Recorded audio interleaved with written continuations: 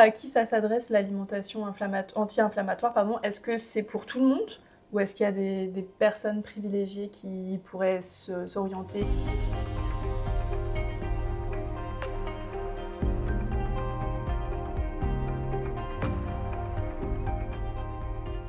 Alors ça pourrait être pour tout le monde, hein, parce que c'est une alimentation qui va être riche en antioxydants, en tout cas c'est pas à privilégier, enfin c'est à privilégier pour certaines personnes, mais si par exemple, toi voilà, tu as envie de suivre de l'anti-inflammatoire sans aucune raison, tu pas de pathologie inflammatoire, ce sera pas problématique pour toi, parce qu'on n'est pas sur un régime. Voilà, c'est vraiment une alimentation, classique, où on va venir, diminuer certains aliments sans les supprimer et augmenter d'autres aliments.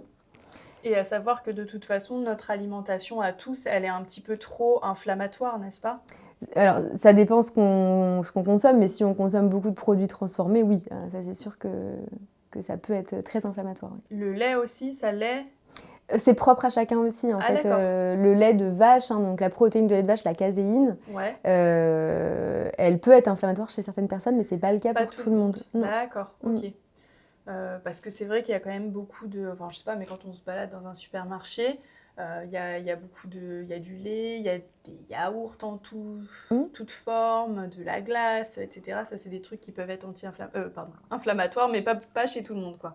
Ben, en fait, on n'a pas tous un problème d'inflammation, Oui. on n'est pas tous D'accord. sensibles à la caséine, oui. D'accord. Mais en tout cas, ce sont des substances qui peuvent créer de l'inflammation, non? Pour Pas quelqu'un pas qui a pour tout le déjà monde. de l'inflammation. D'accord. Ouais. Et le sucre, est-ce que c'est inflammatoire? Les sucres industriels, oui, ça peut l'être. Alors ça, c'est une Ok. question plutôt de glycémie. Mais on supprime pas le sucre non plus parce que, enfin, en tout cas, moi, dans ma pratique, je le supprimerai jamais. Simplement, on va privilégier du sucre plus intéressant, donc du sucre de coco, du sirop d'érable, du vrai miel, voilà, des choses naturelles. Ok. Et donc, il y a quoi comme pathologie pardon. Je me Pathologie confonds. inflammatoire. Voilà. Ben, on va avoir par exemple, la plupart de mes patientes anti-inflammatoires, ça va être l'endométriose, le SOPK. J'ai beaucoup de pathologies digestives aussi, on travaille beaucoup sur le microbiote, etc.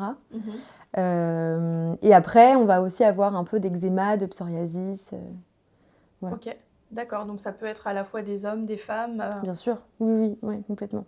Comment est-ce que tu conseilles justement d'utiliser le gingembre?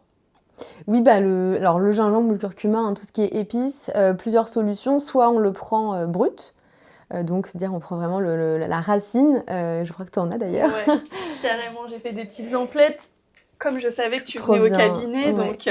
Donc là, on va avoir le gingembre, t'as une belle racine, et là, c'est le curcuma. Curcuma, ouais. Donc du coup, soit on les prend brutes comme ça, et on peut les écraser, on peut les presser, on peut les couper, faire des petits cubes, voilà. On peut les presser aussi dans des jus, si on fait des petits jus de légumes, des petits smoothies. À privilégier bio si possible, comme ça en plus on peut même garder la peau, donc on va pouvoir avoir encore plus de nutriments. Ah, on peut garder la peau Si on prend bio, ouais. Ah oui, d'accord. Oui. Alors plutôt dans les jus, hein, parce que sinon si tu le prends avec la peau en râpant, ça risque de pas être très bon. Mais si tu fais un jus, D'accord, une infusion, enfin une ouais, décoction. voilà, ou une infusion, c'est pas un problème de la garder. Et après, sinon, sous forme d'épices, un peu plus facile à utiliser. Et on peut en mettre absolument partout, dans des boissons chaudes, sur des légumes, dans des soupes, voilà. Ok, super. Merci. Je te rends ça. Et est-ce que le citron, c'est anti-inflammatoire d'ailleurs? Là, j'en ai mis un peu dans l'eau. Ouais, alors Ouais. c'est anti-inflammatoire si c'est de saison. En fait, vraiment, tout est question de saison. C'est-à-dire que si on a si là, on est dedans, normalement, on est dedans, ouais. Si on consomme un légume, je prends l'exemple de la tomate, parce que la tomate, elle a vraiment 2 saisons bien précises, enfin une saison plutôt. Elle est disponible que l'été, la tomate. Si on la consomme en hiver, on est sur un légume, fruit, voilà, qui n'est pas de saison et donc qui n'a aucune vitamine. Il n'y a aucun intérêt à en consommer. Donc ce ne sera pas anti-inflammatoire. Voire, elle a été un peu aidée pour pousser, on lui a mis des petites choses et donc elle serait plutôt dans la catégorie inflammatoire. Ah oui, Voilà. ok. Donc non, il faut consommer de saison ou surgelé. Ok. Oui, parce que... Et alors, tiens, je me demandais justement, est-ce que dans le surgelé, c'est... Je veux dire, parce que j'avais entendu que effectivement, si on garde des légumes et des fruits plus de 2 jours, je crois, au frigo, enfin que ça peut perdre en nutriments, en tout cas pour les légumes.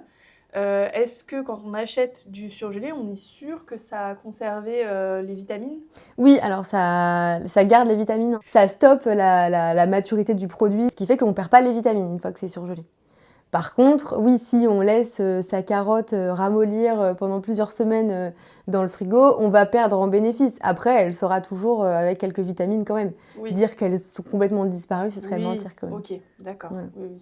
C'est à prendre avec des pincettes. Oui, voilà, c'est ça, on ne fait pas de gâchis. Elle sera quand même très bonne pour la santé, cette carotte, même si elle est un peu ramollo, quoi. Ok, très bien. Bon, c'est encourageant.